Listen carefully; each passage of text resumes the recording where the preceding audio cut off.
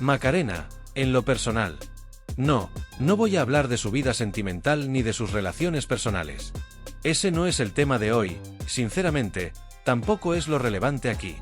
Lo que nos ocupa es un episodio digno de estudio en cualquier facultad de comunicación, política o incluso psicología.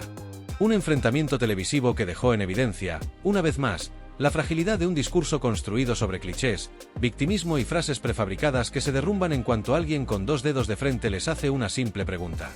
Lo que sucedió aquella noche no fue un debate, ni siquiera una discusión con argumentos enfrentados. Fue una ejecución en directo, un momento en el que la incapacidad de sostener una idea sin caer en la censura quedó al descubierto ante millones de espectadores.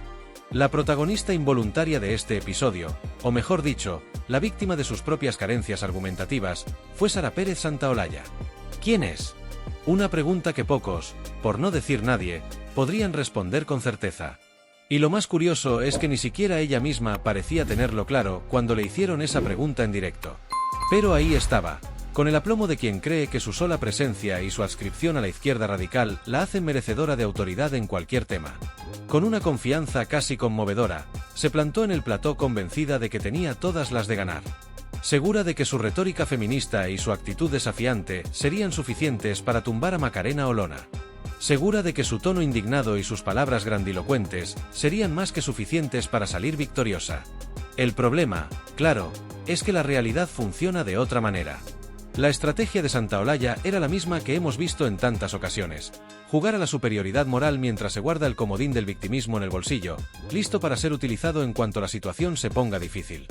Desde el inicio del debate, su táctica fue clara. Entró al plató con la actitud de quien cree estar en una cruzada, lista para impartir una lección de feminismo y justicia social. Pero su arsenal argumentativo, por llamarlo de alguna manera, no pasaba de lo habitual: machismo, extrema derecha, fascismo, violencia de género. La clásica combinación de palabras que lanzan con la esperanza de que, por el simple hecho de repetirlas una y otra vez, se conviertan en verdades absolutas. Todo iba según su plan hasta que ocurrió lo inesperado. Macarena Olona, con la frialdad de un cirujano y la precisión de quien sabe exactamente dónde cortar para hacer más daño, simplemente formuló una pregunta: ¿cuál es tu currículum? Y fue en ese instante, en ese brevísimo segundo en el que el tiempo pareció detenerse, cuando todo se desmoronó. Porque detrás de toda la palabrería, detrás de la actitud desafiante y de la falsa seguridad, no había absolutamente nada. No había títulos, no había una trayectoria que la avalara, no había experiencia ni logros que justificaran su supuesto conocimiento sobre los temas que pretendía debatir. Lo único que tenía era una gran capacidad para repetir eslóganes vacíos y una habilidad sorprendente para cambiar de tema cuando se veía acorralada. El silencio que se hizo en el plató fue demoledor. Se podía sentir el desconcierto, la incomodidad flotando en el aire. Por primera vez en toda la noche, Santaolalla perdió el control. Su rostro reflejaba la desesperación de alguien que se da cuenta, demasiado tarde, de que no está preparada para lo que está enfrentando. Su reacción fue tan predecible como lamentable: balbuceos, frases inconexas, súplicas al presentador para que interviniera y la rescatara de la situación. Y cuando nada de eso funcionó, recurrió a la última carta de su baraja: la censura. No voy a permitir esto, cambiemos de tema, bajen los micrófonos. Un espectáculo digno de ser analizado en cualquier estudio sobre manipulación mediática y estrategias de distracción. Lo más irónico de todo es que, mientras Santaolalla se hundía en su propia incoherencia, Macarena Olona se mantenía imperturbable. No levantó la voz, no perdió la compostura, ni siquiera mostró signos de alteración. De hecho, daba la impresión de que estaba disfrutando el momento, como quien presencia un acto de justicia poética en tiempo real. Porque pocas cosas resultan tan satisfactorias como ver a alguien quedar en evidencia por sus propias palabras, por su incapacidad de sostener un argumento sin recurrir al melodrama y la exageración. Pero lo mejor de la noche estaba por llegar. En un intento desesperado por retomar el control del debate, Santaolalla lanzó una de esas frases que pasan a la historia de los despropósitos: le debes disculpas a las 1300 mujeres asesinadas por discursos como el tuyo. Un momento. ¿Cómo? Que alguien me explique la lógica detrás de esa afirmación. Según este razonamiento, Macarena Olona es responsable de los feminicidios por decir que la violencia no tiene género. Si aplicamos esa lógica, entonces cada vez que un ladrón roba un banco, la culpa debería recaer en quienes defienden la propiedad privada. Es absurdo hasta el punto de lo ridículo. Mientras tanto, la audiencia fue testigo de la implosión de Santaolalla en directo. Su desesperación era evidente. Sus intentos por desviar la atención eran cada vez más torpes. Y la reacción del público no se hizo esperar. Porque, a diferencia de lo que esta izquierda radical cree, la gente no es estúpida.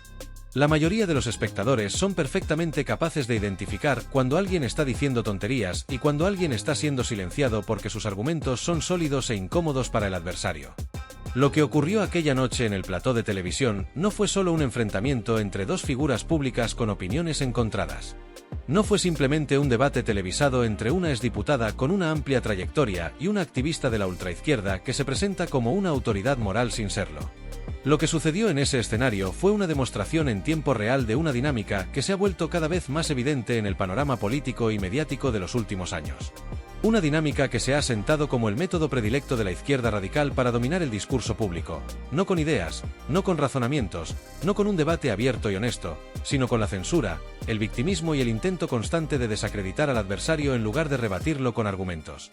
Porque si hay algo que quedó claro en aquel intercambio, es que la izquierda radical no está interesada en el debate. No le interesa contrastar ideas ni defender sus posturas con datos y hechos verificables.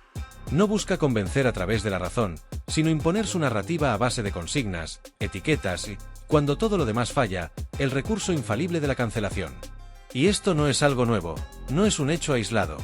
Es una estrategia meticulosamente diseñada que se ha ido infiltrando en todos los ámbitos de la sociedad, en la educación, en los medios de comunicación, en las redes sociales y, por supuesto, en la política. El modus operandi es siempre el mismo. Primero, se presentan como los paladines del bien, como los defensores de los derechos humanos, de la justicia social, de la equidad y la igualdad. Se autoproclaman la voz de los oprimidos, los únicos moralmente capacitados para hablar en nombre de los colectivos a los que dicen representar. Luego, establecen una serie de dogmas incuestionables que deben ser aceptados sin discusión, sin objeción, sin la posibilidad siquiera de someterlos a análisis. Y finalmente, cuando alguien se atreve a cuestionar esos dogmas, la reacción es inmediata y predecible. Ataques personales, descalificaciones, intentos de silenciar a su oponente y, en última instancia, la censura directa. Lo ocurrido en el plató aquella noche es la prueba de todo esto. La activista que respondía al nombre de Sara Santaolalla llegó convencida de que el terreno estaba preparado a su favor. Segura de que su discurso, repetido hasta la saciedad en ciertos círculos ideológicos, sería suficiente para ganar el debate sin apenas esfuerzo. Creía que con solo mencionar ciertas palabras clave, violencia machista, extrema derecha, fascismo, bastaría para anular cualquier argumento en su contra. No esperaba, en ningún caso, que alguien la confrontara con una pregunta tan simple, pero tan devastadora: ¿cuál es tu currículum? Y en ese momento, se acabó el espectáculo. Porque quedó en evidencia lo que muchos ya sabían, pero que hasta entonces nadie se había atrevido a decir en voz alta: Santaolalla no tenía nada detrás de su discurso. No tenía preparación académica que respaldara su autoridad en los temas que pretendía defender. No tenía experiencia profesional que la legitimara como una voz relevante en el debate. No tenía más que un conjunto de consignas aprendidas y una gran habilidad para gritar más fuerte que los demás. La reacción fue la esperada. Primero, la sorpresa. Luego, el balbuceo, la falta de respuesta, la evidente incomodidad de alguien que no está acostumbrado a que le pidan que justifique sus afirmaciones. Después, la agresividad. Y, finalmente, el recurso infalible de quienes no tienen argumentos: la censura. Se dirigió al presentador, exigió que se cortaran los micrófonos, intentó desviar el tema, buscó cualquier vía de escape que la alejara de la pregunta que no podía responder. Y cuando vio que su intento de huida no funcionaba, recurrió al papel de víctima. Porque así es como funciona esta estrategia. Cuando no pueden ganar el debate con ideas, lo convierten en una cuestión emocional. No buscan rebatir al adversario, sino demonizarlo. No buscan responder preguntas, sino acusar de opresor a quien las formula. Y en última instancia, cuando todo lo demás falla, recurren al recurso definitivo: presentarse como víctimas de un ataque injustificado, de una emboscada mediática, de un supuesto acoso ideológico que nunca existió. Lo más lamentable es que, después de esta humillación pública, es prácticamente seguro que Santaolalla intentará vender su derrota como una victoria moral. Saldrá a las redes sociales a denunciar el machismo al que supuestamente fue sometida, a hablar de la violencia simbólica que sufrió en el plató, a pedir solidaridad a sus seguidores y a presentar lo ocurrido como un intento de silenciar su voz. Y lo más preocupante es que habrá quienes la crean. Porque ese es el verdadero peligro de esta estrategia. No se basa en la verdad, sino en la manipulación de las emociones. Pero los hechos son innegables. Lo que ocurrió aquella noche fue otra demostración más de que la izquierda radical no tiene argumentos. Solo tiene consignas. Solo tiene un discurso aprendido que se derrumba en cuanto se le somete a la más mínima exigencia intelectual. Y cuando se enfrentan a alguien que si está preparado, que si ha estudiado, que si puede sostener su postura con datos, lo único que pueden hacer es pedir que bajen los micrófonos. Esta es la razón por la que cada vez menos personas confían en la izquierda radical. Porque han convertido la política en un espectáculo de emociones descontroladas, en un constante grito de indignación sin fundamento. Porque han renunciado a la razón y la han sustituido por la histeria. Y porque, al final del día, la verdad siempre acaba saliendo a la luz. Macarena Olona no hizo nada extraordinario aquella noche. No llevó a cabo una estrategia brillante, ni utilizó recursos retóricos complejos. Solo hizo lo que nadie en el entorno de Santaolalla se había atrevido a hacer: hacerle una pregunta simple. Y con eso bastó. Porque cuando alguien basa toda su existencia política en repetir eslóganes, lo único que se necesita para desmontarlo es pedirle que explique su propia postura. Y eso es lo que más teme la izquierda radical: que la gente empiece a hacer preguntas. Que la sociedad deje de aceptar sus dogmas sin cuestionarlos. Que la manipulación emocional deje de funcionar. Porque el día que eso ocurra, su poder se desmoronará. Así que no se trata solo de un debate en televisión. No se trata solo de una discusión entre dos personas con opiniones distintas. Se trata de algo mucho más grande. Se trata de la lucha entre la razón y la manipulación. Entre la verdad y la propaganda. Entre quienes están dispuestos a debatir y quienes solo saben censurar. Y, al final del día, la historia siempre ha demostrado que la razón termina prevaleciendo. Es solo cuestión de tiempo.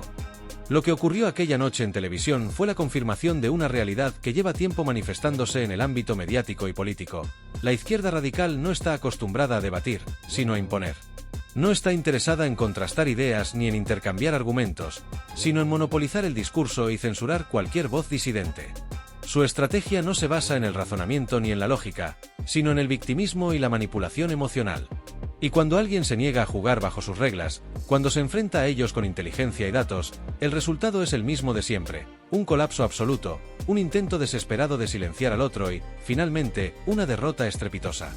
Aquella noche, Macarena Olona no tuvo que hacer grandes esfuerzos para desmantelar el discurso vacío de su oponente. No necesitó levantar la voz ni recurrir a insultos. Simplemente formuló una pregunta sencilla y directa: ¿cuál es tu formación?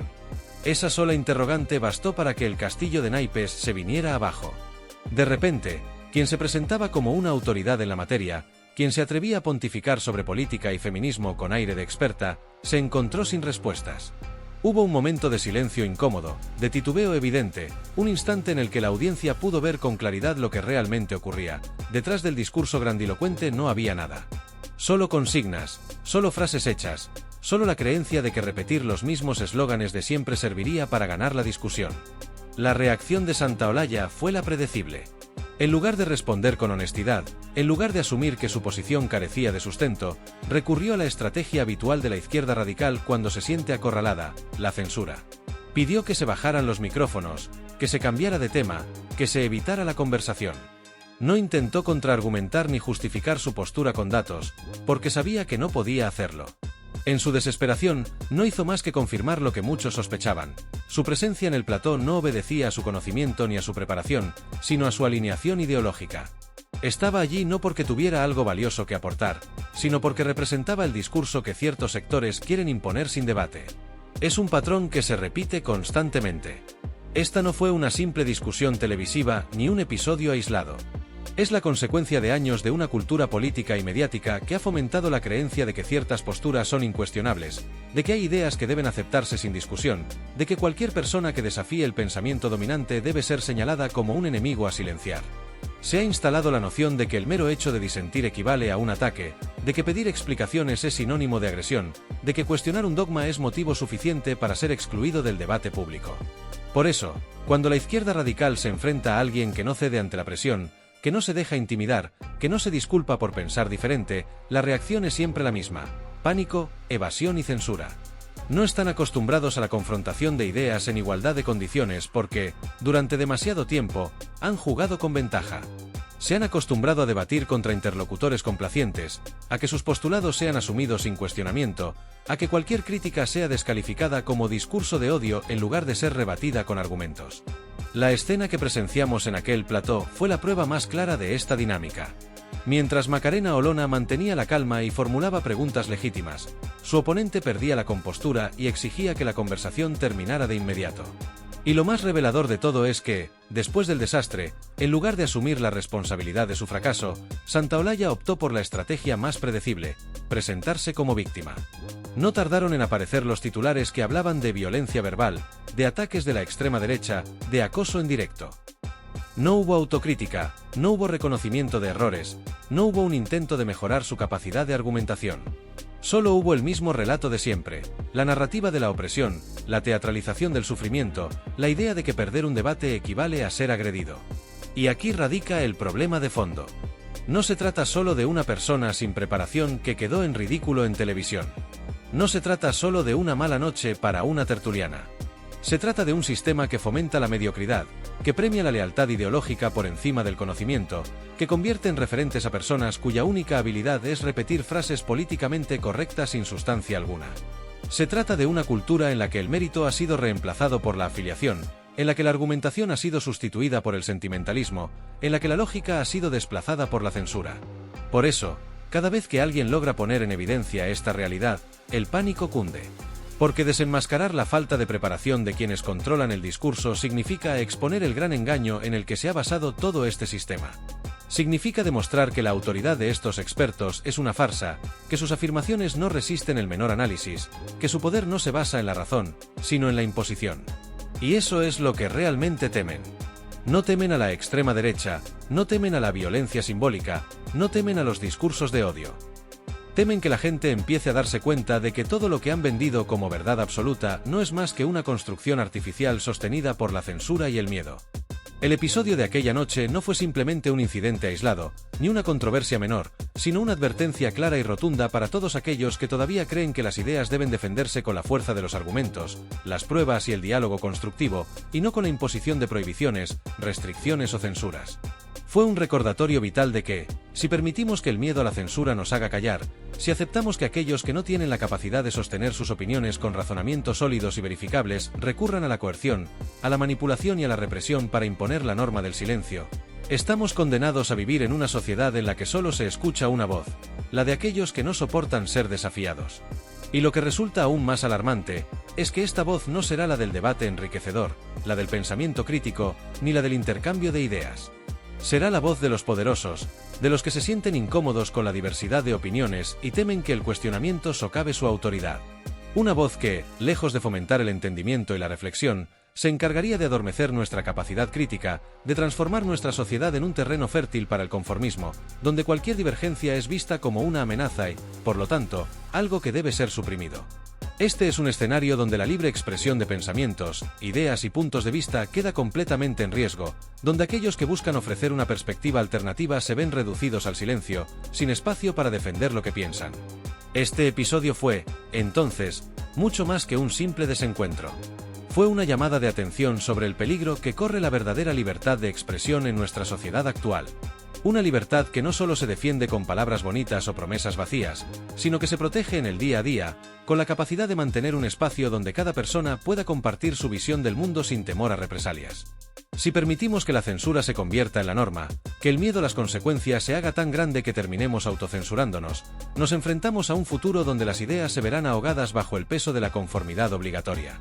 Un futuro donde el pensamiento crítico, la innovación y el cuestionamiento se verán marginados y reemplazados por un discurso uniforme, predecible y, en última instancia, vacío. Es imperativo que entendamos la gravedad de esta amenaza. La censura no es un fenómeno aislado ni una preocupación exclusiva de ciertos sectores.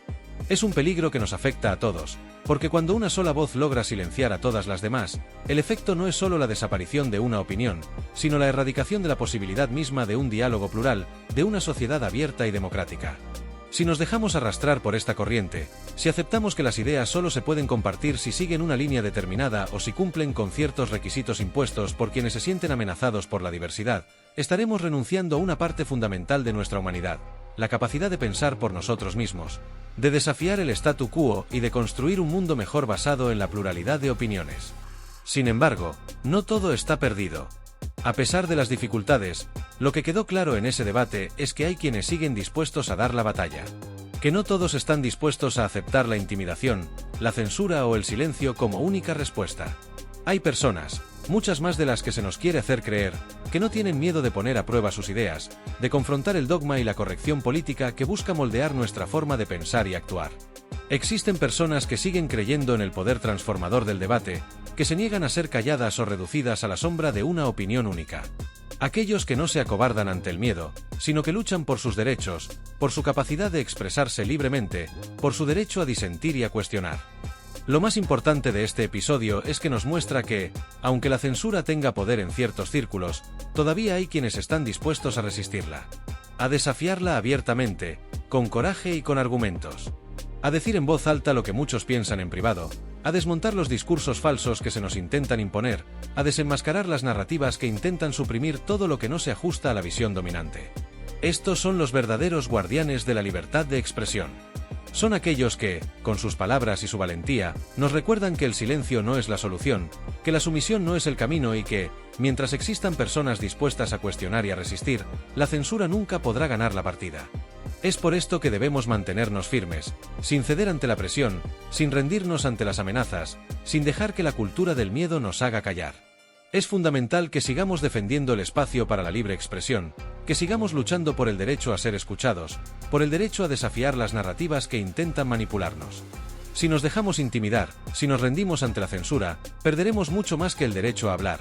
Perderemos nuestra capacidad de pensar críticamente, de analizar la realidad desde diferentes perspectivas, de tomar decisiones informadas y de construir una sociedad más justa y equitativa. Así que si disfrutaste viendo cómo se desmorona un discurso construido sobre falacias, si te apasiona el análisis profundo, el pensamiento crítico y la confrontación de ideas sin filtros, entonces te invito a que te suscribas a Detrás del Discurso. Este es un espacio donde no silenciamos a nadie, donde no nos dejamos llevar por la presión externa ni por la conveniencia. Aquí debatimos de verdad, sin miedo, sin censura y sin imponer ninguna agenda. Aquí desmantelamos las narrativas manipuladas con ironía, análisis y datos. Nos vemos en el próximo vídeo, siempre y cuando YouTube aún nos deje publicarlo, claro. Y si no, buscaremos nuevas formas de seguir luchando por nuestra voz, por nuestra libertad.